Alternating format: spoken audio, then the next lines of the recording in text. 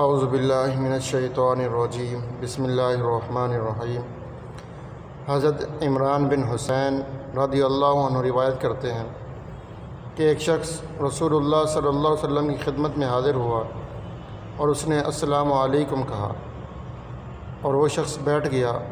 رسول اللہ صلی اللہ علیہ وسلم نے وعلیکم السلام کہا اور فرمایا کہ 10 نیکیاں۔ پھر دوسرا شخص حاضر ہوا اور اس نے السلام علیکم ورحمۃ اللہ کہا۔ رسول اللہ صلی اللہ علیہ وسلم نے وعلیکم السلام ورحمۃ اللہ کہا اور فرمایا کہ 20 نیکیاں۔ پھر تیسرا شخص حاضر ہوا اور اس نے السلام علیکم ورحمۃ اللہ وبرکاتہ کہا۔ رسول اللہ صلی اللہ علیہ وسلم نے سلام کا جواب دیا اور فرمایا کہ 30 نیکیاں۔